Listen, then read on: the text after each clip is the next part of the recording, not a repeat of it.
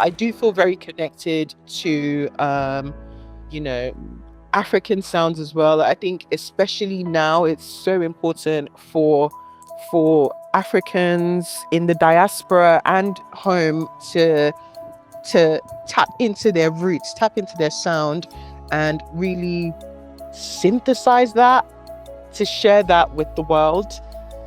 And because we need that authenticity, we need what has been lost, what has been, watered down through time, through history. And I get very excited when I see artists really, exploring and tapping into that. And it's something that I try to do myself. My name is Dara Blaxx. That's Blaxx with two X's, Blaxx. I'm a singer, songwriter, creative soul, free spirit, everything in between. I am Nigerian and I grew up, like I said before, in the church. So a lot of my influences, my earlier influences, was definitely like gospel music, your typical like praise and worship and all of that stuff. Over time, I started to get into a wide range of music, soul, neo soul music, sensational, amazing. Also grime. Having moved to the UK, like when I was a teenager, before I was a teenager, that was, a new experience for me. It was a different culture that I was so enamored by. I love energy, rhythm, which is very obvious in things like grime, but also of course in like Afro beats. Rhythm, movement is so important, and I'm a very energetic person, so the energy calls to me. With music, it is such a powerful tool and medium, and the emotional processing and release that you can get, even just as a listener, is something that is so overwhelming. Not overwhelming in a negative way, overwhelming positively for me.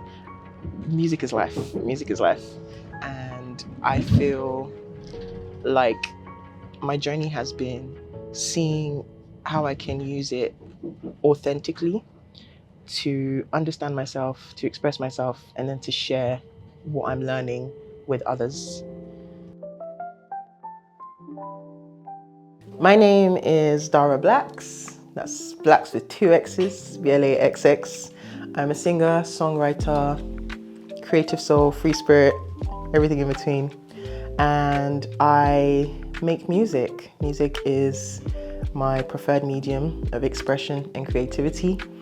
And I have been doing music, well, I guess I could say all my life, but professionally, let's say for the last 7 years. I released my first single ever around, I believe, 2017 or so. So actually, it's going to be 10 years soon that I've been taking music serious. But yeah, it's been a journey of expression, discovery, and I love music so much. As a creator, as a consumer, as a listener, it is just everything to me. I think it has the power to heal, to help you process feelings, and also to see things from a different perspective, because we all have our different perspective and experience of life that we bring, and using music to express that and share that and connect with others is what I love to do and what I hope to do and keep doing for the rest of my life.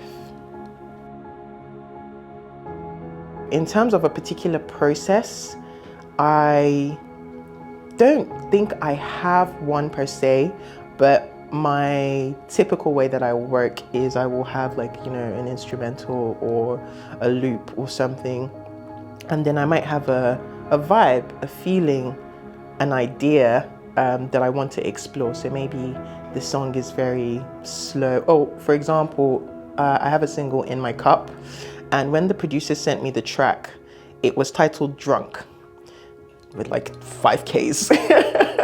And it just had a very like smooth, wavy kind of vibe. And so I locked in on that. That was essentially what drove the theme of that song, which is about having a good time, you know, in my cup, what's in my cup, what's in your cup. The idea of going out and having a good time kind of developed from what the producer had called the track, and then of course the feelings that arose from the track. So I think I would say I typically have a melody that comes to me first, and then the words flow after. Sometimes I might have a particular phrase or a particular, you know, line, and then I extrapolate the rest of the song from that. So it really depends. It's just about freeing up the channel of expression and not judging it, not tweaking it too much as it comes out. When it's out, then it can be refined. And another amazing thing that I really love about writing and music is, at least for me, I will sometimes write a song and just forget about it, leave it, or, you know, it's just there. And over time, I get a deeper connection to it, you know, like, oh wow, I thought I knew what I was saying then, but 2 years down the line, it has a deeper layer, a deeper perspective. And that's so interesting to me, which is why I just love that process of when an idea comes to you and there's all this potential of what it could be, all the different directions it could go. And it's just, I guess, seeing the path that it's gonna lead you down. So yeah, that's kind of how I approach making music.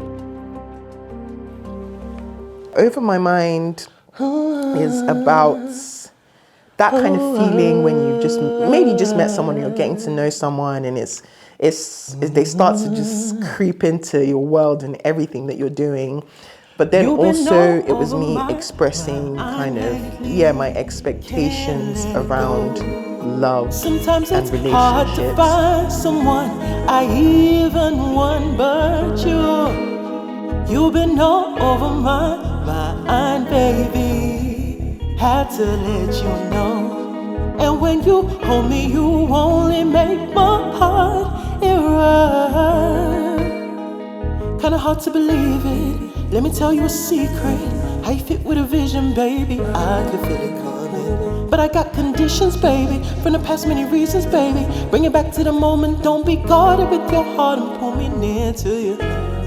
Just tell it true and don't go playing with my heart. I'll give you more of my time and energy. You'll see the best in me. You know, you've been all over my mind. Think of you all the time. Confident when we met, definite that we share something that could open me up. You've been One thing I've learned in the process of creation in general is to release expectations in a way.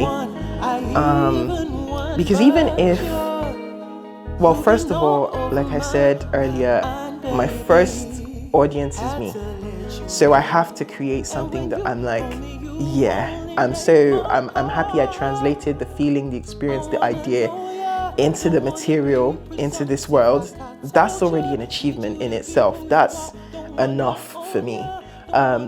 But even if then it only resonates with one person and it takes years, like, that's okay. I've actually done my part. So I try to release expectations on, let's say metrics and, the numbers, the streams, those kinds of things. The biggest barrier was just the knowledge of how to do things, really. Of course, like I said, the creation process is kind of its own thing because you're in that bubble of creating and, getting the sound, how it is in your head to translate on the track and things like that. Releasing is then, oh my gosh, everyone is gonna see what I've spent so much time and energy on. And it's such a big thing, you know, for me or for anyone creating. It's like a baby. It's like, oh my gosh, I thought of this thing and here it is. And you want it to be loved, you want it to be received. But again, that's not necessarily something you can control.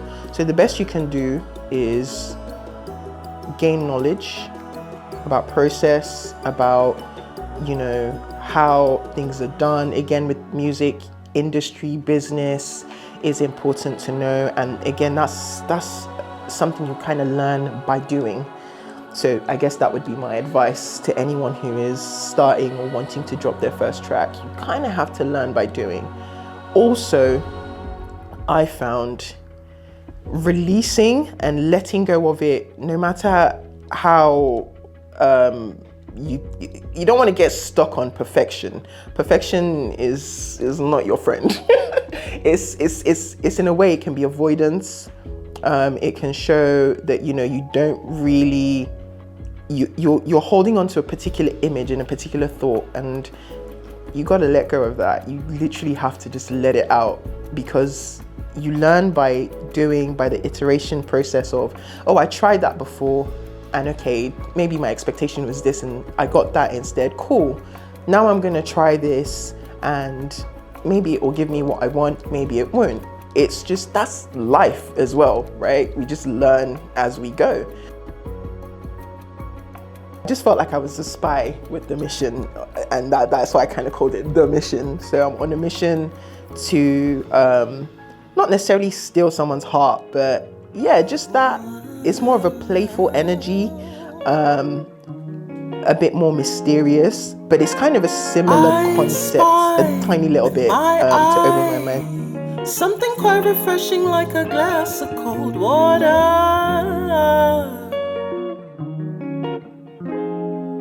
You must feel like some type of supermodel, something kind of starry, looking like the top dollar shit. But baby, that's enough about me.